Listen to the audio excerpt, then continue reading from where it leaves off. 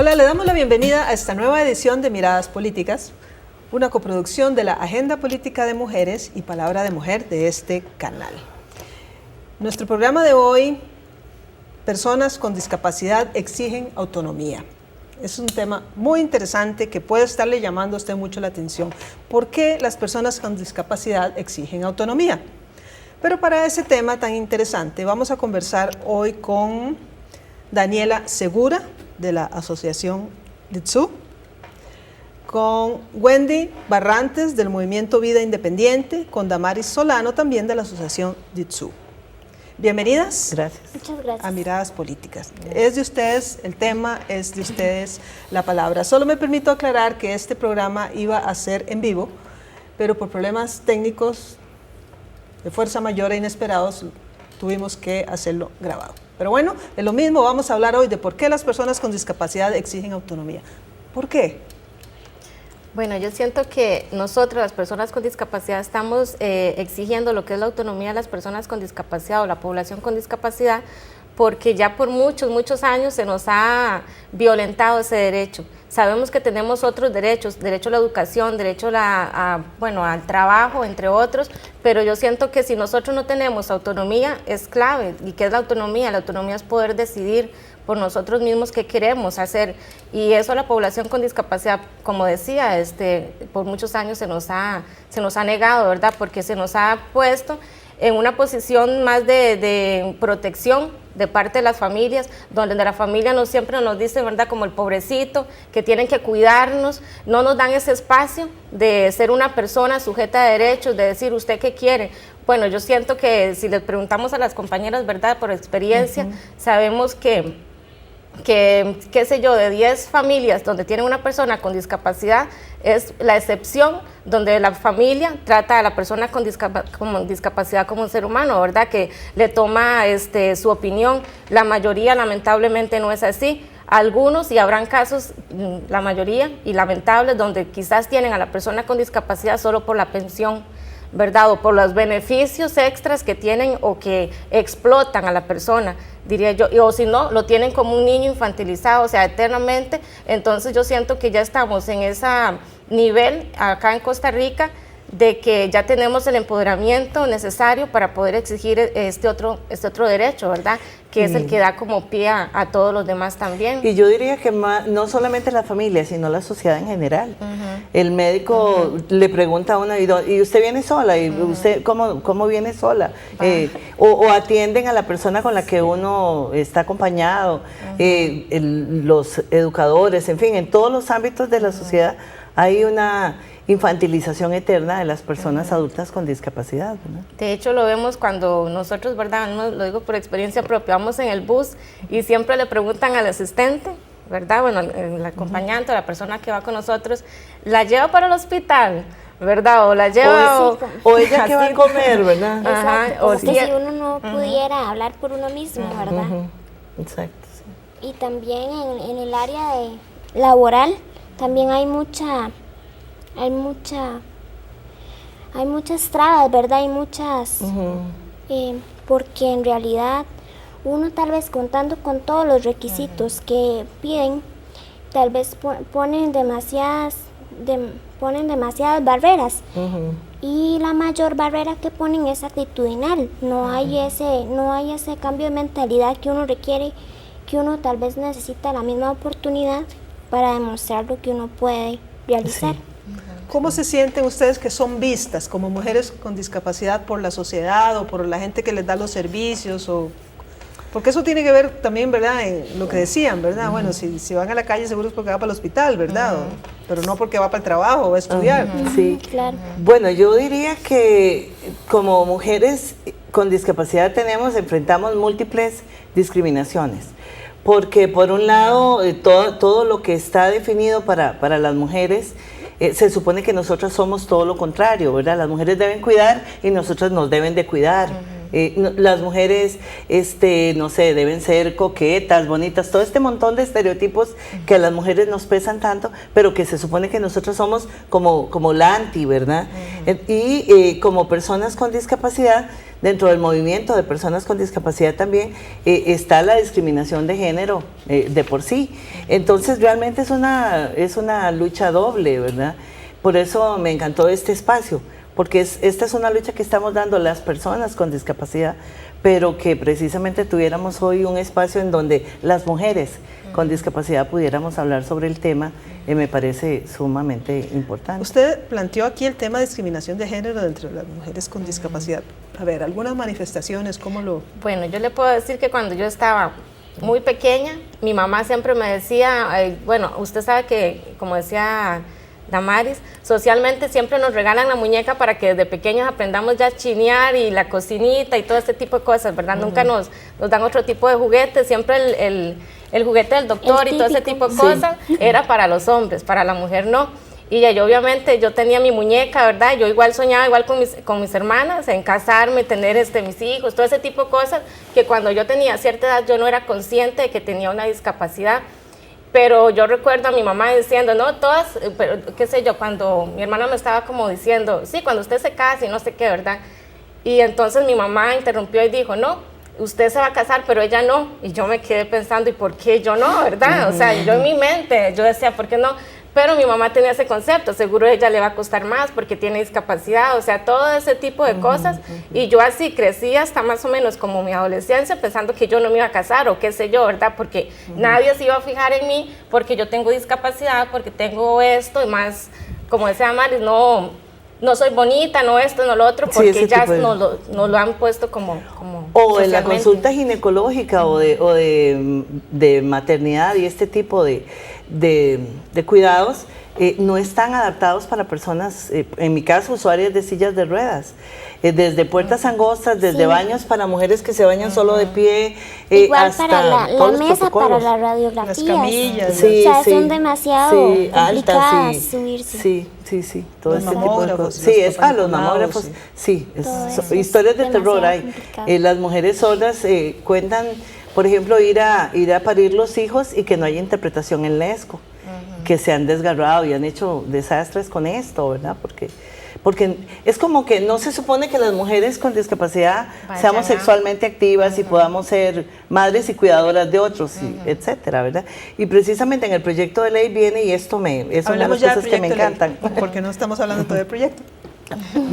Estamos hablando de autonomía, pero no hemos dicho que... Bueno, precisamente en el proyecto de ley habla de que por discapacidad no se le puede negar la patria potestad a nadie, porque esta ha sido una de las razones por las que te pueden quitar los hijos, y los compañeros amenazan, o las compañeras, a las personas con discapacidad con quitarle los hijos por razón de discapacidad.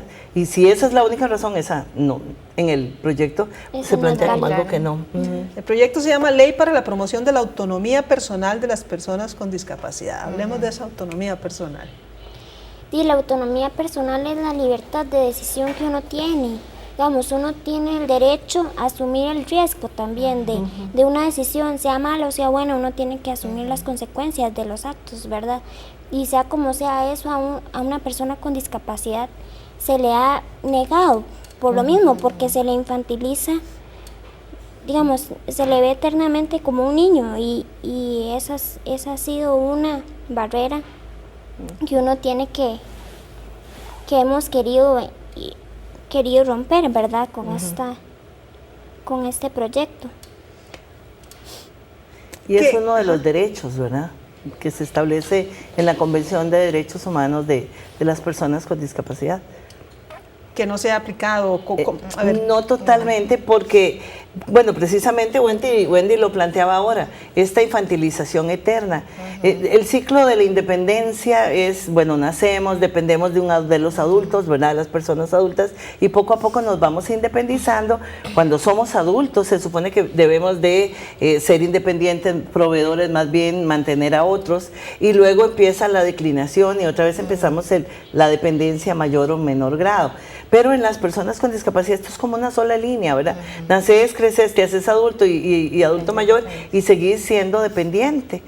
como si fueras un niño eterno. Entonces, este proyecto lo que plantea es ese derecho a lo que dice Dani, a equivocarse, a tomar decisiones, desde las decisiones de qué me quiero poner o qué quiero comer, hasta si quiero vivir de manera solo o me quiero ir, etcétera, ¿verdad? Vamos a hacer una pausa y volveremos con el tema de hoy: personas con discapacidad exigen autonomía. Continuamos con el tema. Decías que en el caso de las personas con discapacidad eso es como una línea, ¿verdad? Como que siempre se es una niña. Siendo niña, joven, adulta, mayor, siempre seguirá siendo niña. No porque sea esa realidad, sino porque la sociedad nos ha construido de esa manera, para vernos y verlas de esa manera, como incapaces, pero no solo la incapacidad, no discapacidad, sino como incapacidad, ¿verdad? Y se ha convertido jurídicamente en hacerlas incapaces. Y veamos ese tema de por qué no tienen esa autonomía. Porque ustedes hablan de una autonomía que tiene que ver con lo cotidiano, pero una autonomía que no se les permite ejercer jurídicamente. ¿Cómo? Sí, digamos, hay una figura que se llama la curatela, que es la representación legal de una persona con discapacidad mental o psicosocial, que esta persona toma las decisiones, o sea, deja de lado a la persona con discapacidad o le niega su autonomía y toma las decisiones por ella, ya sea decisiones a nivel personal o a nivel de administración de bienes, etcétera, ¿verdad? Entonces se le niega, digamos, no se ve a esta persona con discapacidad como persona sujeta a derechos. Sino que necesita la representación siempre. La representación eternamente. Se habla de una muerte jurídica inclusive, porque la persona tiene que declararla por el proceso de interdicción insana, que nosotros siempre hemos dicho, porque una persona insana si no estamos enfermos, de por sí ya la palabra es ofensiva, ¿verdad? Declarar una persona insana. Y bueno, igual si podemos ver los términos que vienen, ¿verdad? En ciertos códigos, eso da cólera. A mí me da cólera, ¿verdad? Hablar de las cosas que dicen ahí, pero esto es algo de lo que el proyecto de ley viene a reivindicar a las personas. Sí, porque ya lo que es la curatela ya se es derogada, viene la salvaguardia, se declara ya no un curador, sino un garante. Un garante. Y le viene a decir a la persona, como reitero, ¿verdad? Usted es sujeta a derechos, usted ya puede celebrar actos jurídicos, ya usted puede, si quiere, celebrar una hipoteca, una prenda, qué sé yo, ¿verdad? Ese tipo de cosas. Toma en cuenta las decisiones de la persona.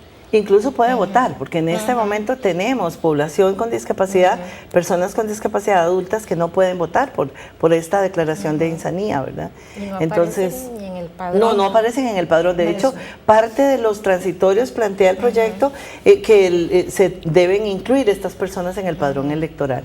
Y es increíble, ¿verdad? Que en el siglo XXI y en nuestro país, que ha sido pues un país que va adelante en derechos humanos, en muchas cosas, en este tema nos esté debiendo tanto a las personas con discapacidad. Pero esa insanía, ¿por qué se declara? ¿Es algún tipo de discapacidad en particular o es porque se les ocurrió que era mejor declararla? ¿Cómo? En particular para las personas con discapacidades cognitivas y psicosociales. Pero nosotros lo que el proyecto plantea es que se debe nombrar esta persona que va a salvaguardar los bienes para que no venga algún vivo, una persona ahí a quererle quitar sus bienes, pero que en todos los demás pueda elegir. Porque el principio de autonomía personal y vida independiente lo que proclama es que todas las personas podemos decidir, tenemos ese derecho a decidir dónde queremos vivir, con quién queremos vivir, etcétera, ¿verdad? Y entonces, en ese sentido es que nos parece fundamental el proyecto, ¿verdad? Bien, ¿cuáles son los puntos centrales entonces del proyecto? Ustedes buscan la promoción de la autonomía. ¿Cómo se logra esa autonomía? A través, el proyecto lo que va a garantizar o se va a poder establecer es la figura, como se dijo, para las personas que tienen discapacidad cognitiva, mental, que igual no me gusta la palabra mental, pero hay que mencionarla porque así la dice, psicosocial, y psicosocial, lo que es la salvaguardia del garante, y para lo que es las personas con tipo de discapacidad física, que no es cualquier discapacidad física, es como neuromuscular, ¿verdad? O sea, una condición un poquito más grave, lo que es el asistente personal. ¿Por qué? Porque el asistente personal, en nuestro caso, digamos, de discapacidad física, viene a cumplir las funciones que nosotros no podemos hacer, ¿verdad? Lo que son las actividades de la vida diaria, en lo que es cuidado personal, bañarse, bañarse, mudarse, todo este tipo de cosas, ¿verdad? Entonces, esa persona es como ese servicio apoyo. Nosotros decimos que son nuestras manos y nuestros pies. Vamos a ver, hay dos figuras. Una es el Ujú. garante, que viene a sustituir a la curatela. Ajá. Sí. Y lo otro es la asistencia personal, Humana, sí. que es para todas las personas o es para algunas que lo necesitan. ¿Quiénes estarían bajo la asistencia personal? Bueno, además se establece que es aquellas personas con discapacidad que no lo puedan pagar, que no puedan pagar este servicio, por supuesto, pero para definir eso se establece, además de la canasta básica, la canasta básica por discapacidad, que es todo lo demás, ¿verdad? Los implementos alimenticios, médicos, sillas de ruedas, sí, ayudas técnicas, movilización. pañales, etcétera, ¿verdad? Que pueda requerir una persona con discapacidad, que eso acrecienta, por supuesto, los costos, ¿verdad?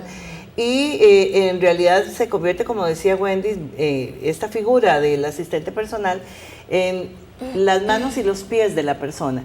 Y cuando decimos esto, no estamos hablando de que el asistente pierde su figura como ser humano en absoluto, sino que no toma decisiones por la persona con discapacidad, sino que hace las cosas que la persona quiere hacer, la persona con discapacidad, y que no puede, y que entonces requiere ese apoyo. El asistente, exacto, asistente viene lo a va. hacer un apoyo. No toma decisiones de ningún tipo. Jamás. Si no son consultadas, si no son... Tienen que ser... Además, y No esto sería me cuidado. encanta, no es la familia, sino que es una persona. Es una persona ajena. contratada o Exacto. si se tiene recursos se la contrata. No, o el Estado este lo solo- vendría o en a- todos los casos el Estado lo... El Estado lo que vendría cumplan con los requisitos. sí, que cumplan los Tiene que requisitos, por cumplir. supuesto, pero lo vendría a contratar. Y en esto, Marta, nos parece fundamental porque normalmente el cuidado se le ha encargado a las mujeres y la atención de las personas con discapacidad también, y la feminización, ¿verdad?, del cuidado. Y entonces con esta figura significa que si a Daniela le asignan un asistente para que vaya a la universidad, por ejemplo, entonces su mamá, su familia, va a poder hacer las cosas que ha dejado de hacer por estar teniendo que llevar y esperar a Daniela, etcétera. Entonces también para el resto de la familia y sobre todo las mujeres que han estado al cuidado y a la atención de personas con discapacidad, les va a significar Les da también como independencia y esa autonomía. libertad. Ujú. Y otra de las Aliviar cosas, cargas ahí. exacto. Exactamente. Y otra de las cosas que también es muy importante es que esto va a generar empleo, ¿verdad? A estudiantes, a gente que tenga algunas horas que pueda ¿Por qué? hacer. ¿Por qué generaría empleo? Porque este asistente personal va a ser pagado. Entonces, de pronto alguien tenga horas en la mañana, horas en la tarde, o pueda atender, ¿verdad? Durante 8 horas alguna persona y va a tener un ingreso. Pero estas personas tienen que ser personas capacitadas. Que Ah, sí, claramente. Sí. ¿Cómo se funcionaría esa parte? El INA, el Instituto Nacional de Aprendizaje, va a brindar una capacitación que va a ser supervisada por el Consejo Nacional de Personas con Discapacidad, y se va a llevar un registro y va a tener que cumplir una serie de requisitos para que esta persona sea idónea para cumplir con la asistencia que se requiere. Y lo importante es que esa asistencia sea desde los derechos humanos, no desde una visión asistencialista. No desde una ¿verdad? visión médica, Exacto. sino que se vea... No es un enfermero, tampoco es una cuidado. empleada doméstica, ¿verdad? Es una asistente personal. Cuando decís que no sea médica, no es una visión médica que... No es una, digamos que no se ve a la persona, exacto, como decía Damaris, como una persona enferma, sino que se ve a la persona, como sujeta de derechos y como titular de toma de decisiones, ¿verdad? Tal como vez ser algo- humano sí. común y corriente con Exacto. características Sí. específicas que es su Tal vez discapacidad. algo sí, de rescatar de ahí es que, por ejemplo, nosotros, bueno, digo nosotros, el movimiento, ¿verdad?, Vida Independiente, nos preocupamos cuando supimos eso, porque una de nuestras luchas, ¿verdad?, es que teníamos miedo, ¿verdad?, de que salieran como estos cuidadores que están, bueno, no sé la palabra como técnica realmente, ¿cómo se llama? Formando. Que están formando del INA, pero nosotros decíamos, ¿verdad? Para adultos mayores. Para adultos mayores. Entonces decía, porque ya conocemos a algunas personas y es muy médico, ¿verdad? Y es como muy de cuidar y jalar la sillita y muy asistencialista y ese tipo de cosas, ¿verdad? Entonces, nosotros fuimos, hablamos y todo, pero no, ahí en el proyecto también se establece que van a poder contratar los servicios de organizaciones, es decir, las mismas personas con discapacidad seremos los que vamos a capacitar. El INA nos va a contratar para poder hacer eso y formarlos. Como perfecto, seguiremos con ese tema en un momento.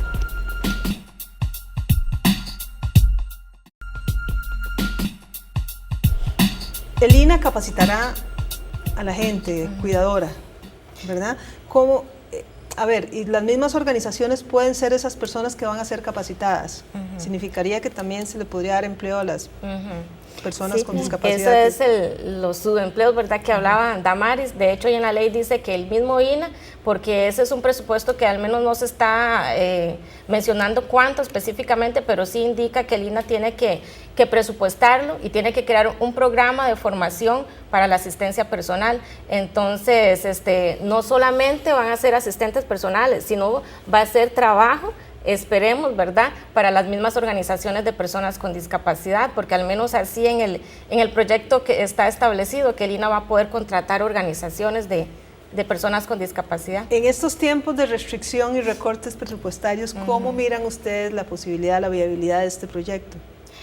Yo siento, ¿verdad?, que sí va a salir adelante, porque tiene más ventajas que desventajas. O sea, estamos hablando de que hay una población que por años ha sido invisibilizada, que va a tener opción a ser reivindicada, a salir adelante, a poder trabajar, a poder, bueno, hace poco yo estaba escuchando que hay, según el censo del 2011, 169,000 personas con discapacidad desempleadas. Entonces, y eso que yo creo que las cifras están mal. Y es el que 70%. Ese entonces yo creo que bueno, ya aprobado este proyecto, eso va a romper eso. ¿Por qué? Porque van a ser más las personas con discapacidad que van a poder trabajar, que van a poder estudiar, que se va a romper ese círculo vicioso o ese binomio discapacidad-pobreza. O sea, va a abrir más oportunidades para las personas con discapacidad. Eso en las personas con discapacidad. Y que van a poder ser útiles para la misma sociedad, van a generar. Pero también el asunto de a dónde va a salir el dinero, ¿verdad?, que también es una enorme preocupación. Está establecido que sale de la Junta de Protección Social, digamos, del mismo presupuesto que ya se le asigna al Consejo Nacional de la Persona con Discapacidad, un 5% de ese presupuesto se va a asignar para este proyecto, además de FODESAF, del fondo que ya de por sí se da a discapacidad, es el 0.5 de ese presupuesto que se asigna a discapacidad, va a ser para el programa. Y no recuerdo cuál otro. Sí, FODESAF y la Junta de Protección y Social. el impuesto a los cigarrillos, ¿verdad? Por el impuesto a los cigarrillos también hay un porcentaje ahí que va a ser asignado a este programa. Entonces no significa que van a crearse nuevos impuestos ni que no es viable, ¿verdad? Ni que va a ser una carga. No. Sí, sino más bien por razones de tiempo, a ver, ¿qué actividades, qué acciones, qué estrategias tienen en relación con este proyecto para ver si se logra la aprobación? ¿Cuándo es que vamos a tener? El 17. El 17, El el miércoles 17, jueves 17 de septiembre. Nos hemos propuesto ir a abrazar la Asamblea Legislativa para hacer algo distinto. Y nuestro lema es abracemos la independencia, porque estamos en el mes de la independencia. Y nosotros como personas con discapacidad, pues queremos eso, la independencia, la autonomía personal y como una forma de demostrar nuestro apoyo en esto y queremos invitar a la gente a que nos acompañe ese día a abrazar la asamblea. Ojalá seamos muchas manos ahí tomados para decirle a los padres y madres de la patria que nos interesa que este proyecto se apruebe. Hay dos cositas que quiero plantear, ya que aprovechando la oportunidad. Una es, ya más o menos lo mencionaron, el tema de los derechos sexuales y los derechos reproductivos de las personas con discapacidad. ¿Cómo se ejercen esos derechos? ¿Hay posibilidad, hay restricciones?